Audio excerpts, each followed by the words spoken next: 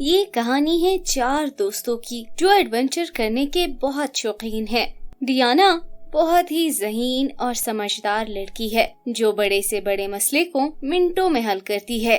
परियों की तरह खूबसूरत मगर थोड़ी सी डरपोक है। इसको बिल्लियाँ पालने का बहुत शौक है। राजू बहुत ही संजीदा मिजाज और बहादुर जिसे शक्तियाँ हासिल करने का बहुत शौक है। जबकि रूमी एक मजाहिया लड़का है जो हर मुश्किल में भी कॉमेडी करने से बाज नहीं आता, मगर वो बिजली से भी तेज दौड़ने का शौकीन है। ये चारों दोस्त अपने माता पिता के साथ कोल्हापुर गांव में रहते थे। एक दफा कोल्हापुर गांव में एक ऐसा सुनामी आया जिसने सबको अपनी लपेट में ले लिया। ये चारों दोस्त दूसरे गांव स्कूल के लिए जाया करते थे। एक दिन स्कूल से वापसी पर चारों दोस्त यानी डियाना, परी, राजू और रूमी शंकर काका की दुकान पर समोसे खाने के लिए रुके तो उन्होंने शंकर काका की दुकान वीरान देखी। ना तो वहाँ शंकर काका थे और ना ही कोई ग्राहक। डियाना ने हैरत से पूछा, अरे ये शंकर काका कहाँ चले गए यूँ अपनी दुकान को खुला छोड़कर? परी इर्द गिर्द देखते हुए आवाज देने लगी, शंकर काका कहाँ है आप? हमें समोसे दे दीजिए। इतने में राजू की आवाज आती है, अरे ओ सामने देखो, मोहन काका की दुकान भी वैसे खुली पड़ी है, आखिर ये सब कहाँ चले गए हैं? वह सब हैरत से आगे जाते हैं तो क्या देखते हैं कि पूरे का पूरा गांव खाली पड़ा है। सब घर और दुकानें खाली है। बाप रे, ये सब क्या है? सब लोग कहाँ है? कोई भी नजर नहीं आ रहा। वो चारों दोस्त बहुत ज्यादा परेशान होते हैं। इतने में परी की बिल्ली कहीं से भागती हुई उसके कदमों में आकर म्याऊ म्याऊ करने लगती है।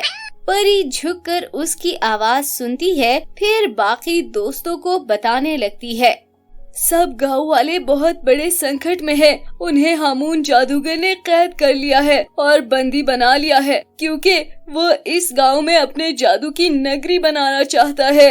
डियाना परेशानी से बोली, हम चारों गांव से बाहर थे इसलिए बच गए, मगर अब हम करें तो क्या करें? अरे करना क्या है, हमें अपने गांव वालों को उस जादूगर की कैद से मुक्ति दिलानी होगी। मगर हमें कैसे पता चलेगा कि वो सब कहाँ कैद है? परी जोश से कहती है, मेरी किटकिट केट हमें उसके पास लेकर जाएगी। अच्छा किटकिट, कितनी प्यारी चॉकलेट का नाम तुमने इस बिल्ली को दिया है, अब तो चॉकलेट खाने को भी मन नहीं करेगा। परी उसे घूर कर कहती है, इन सब बातों का वक्त नहीं, अभी हमें जल्दी से गांव वालों के पास जाना होगा। वो चारों उस बिल्ली के पीछे भागने लगते हैं। भागते भागते वो सब एक गुफा के आगे पहुंच जाते हैं, जिसके आगे पहरा देने के लिए एक बहुत बड़ा सा शेर बैठा होता है। अरे यार, वैसे ये जादूगर है बड़ा मॉडर्न। अक्सर जादूगर अपने साथ सांप रखते हैं, इसने बबर शेर रखा हुआ है। वाह! अरे रूमी, कभी तो सीरियस हो जाया करो। फिर वो इधर उधर देखते हुए कहता है, सुनो, हमें सबसे पहले इस शेर को काबू करना होगा। डियाना परेशानी से बोली, मगर कैसे यार, ये दिखने में बहुत खूंखार लग रहा है।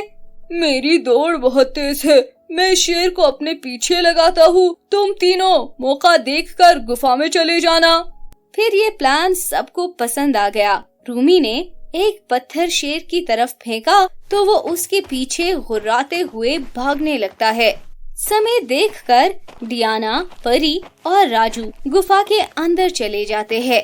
हर तरफ पुरस्कार और डरावना सा सन्नाटा फैला होता है। मुझे बहुत डर लग रहा है, ये जगह कितनी डरावनी है। परी के मुकाबले में डियाना थोड़ी हिम्मत वाली थी, इसलिए वो कहने लगी, हमें हामून जादूगर के आने से पहले पहले गांव वालों को यहाँ से आजाद करवाना होगा। वो तीनों जल्दी से आगे बढ़े और सबको आजाद करवाने लगे। गांव वालों को गुफा से निकालकर वो तीनों भी जाने लगे तो तब तक हामून जादूगर भी आ गया। उनको देखकर वो बहुत गुस्से में आ गया। बालकों, तुमने अपने लोगों को आजाद करवाकर बिल्कुल भी अच्छा नहीं किया। अब तो मैं तुम तीनों को बलि दूंगा। डियाना ने अपनी समझदारी से बाकी दोनों को कहा, जल्दी करो, अलग अलग दिशाओं में भाग जाओ। वो तीनों भाग खड़े हुए। हामून जादूगर हंसने लगा। तुम बच्चे भूल गए हो कि मैं एक जादूगर हूँ। अभी तुम सबको पकड़ लूंगा। उसने मुंह ही मुंह में मंत्र पढ़ा और तीनों को एक जाल में कैद कर दिया। राजू दांत कचकचाते हुए बोला, हमें बाहर निकालो बुज़दिल जादूगर। इतना ही शौक है बच्चों से लड़ने का तो एक बार आजाद करके देखो। राजू, तुम जादूगर को क्यों गुस्सा दिला रहे हो? वो हमें छोड़ेगा नहीं। अरे परी, ये वक्त बुज़दिली दिखाने का नहीं, हिम्मत करने का है। हामून जादूगर एक तरफ बैठकर आंखें बंद करके मंत्र पढ़ रहा था, जबकि दूसरी ओर शेर रूमी के पीछे भाग रहा होता है। रूमी भागते भागते खुद से कहता है, लगता है ये शेर आज दौड़ा दौड़ा कर मारेगा। इसका कुछ ना कुछ तो करना ही पड़ेगा। थोड़ी देर के बाद उसे एक बड़ा सा गड्ढा नजर आता है। अब सिखाता हूँ इस शेर को सबक।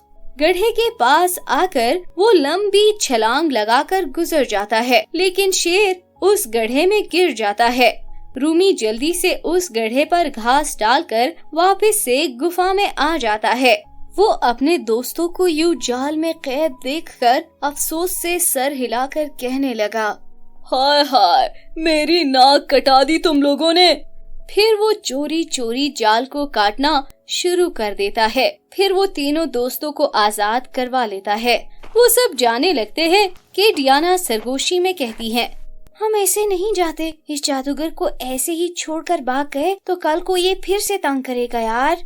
इतने में परी की बिल्ली अपने मुंह में एक चाबी लिए आती है और परी से म्याओ करके बात करती है। परी आहिस्तगी से बोली, किटकिट कह रही है इस चाबी से जादूगर के सामने रखा संदूक खोलना होगा और इसमें एक पुतला होगा जिसके अंदर जादूगर की जान बसी है। उस पुतले को तोड़ना होगा, फिर जादूगर की शक्तियाँ हमेशा के लिए खत्म हो जाएंगी। उनकी बातें सुनकर जादूगर एकदम आंखें खोलकर मुड़ता है। डियाना परी से चाबी लेकर रूमी के हाथों में देकर इशारा करती है। रूमी चोरी चोरी जादूगर के पीछे रखे संदूक तक पहुंच जाता है। इतने में जादूगर ने राजू को गर्दन से पकड़ लिया। रूमी ने जल्दी से संदूक खोला और पुतला निकालकर चिल्लाया, मेरे दोस्त को छोड़ दो वरना तो इस पुतले को आग में फेंक दूंगा। जादूगर ने राजू को छोड़ दिया और गिड़गिड़ाने लगा, मुझे क्षमा कर दो। मैं आज के बाद इस गांव की तरफ आंख उठाकर भी नहीं देखूंगा। कहीं दूर चला जाऊंगा। मेरी शक्तियाँ खत्म हो जाएगी। रूमी ने वो पुतला आग में फेंक दिया। जादूगर चीखने लगा, ये क्या कर दिया? मेरी सारी शक्तियाँ खत्म हो गई। मेरा जादू खत्म हो गया। राजू बोला, अब तुम भी हमारी तरह एक साधारण इंसान हो। जो शक्ति किसी को नुकसान पहुंचाने के लिए इस्तेमाल हो उसे खत्म कर देना चाहिए। चलो दोस्तों, गांव वाले हमारा इंतजार कर रहे होंगे। अब ये कभी किसी को नुकसान नहीं पहुंचा पाएगा। वो चारों गुफा से बाहर आ जाते हैं और पीछे जादूगर वही रो रहा होता है।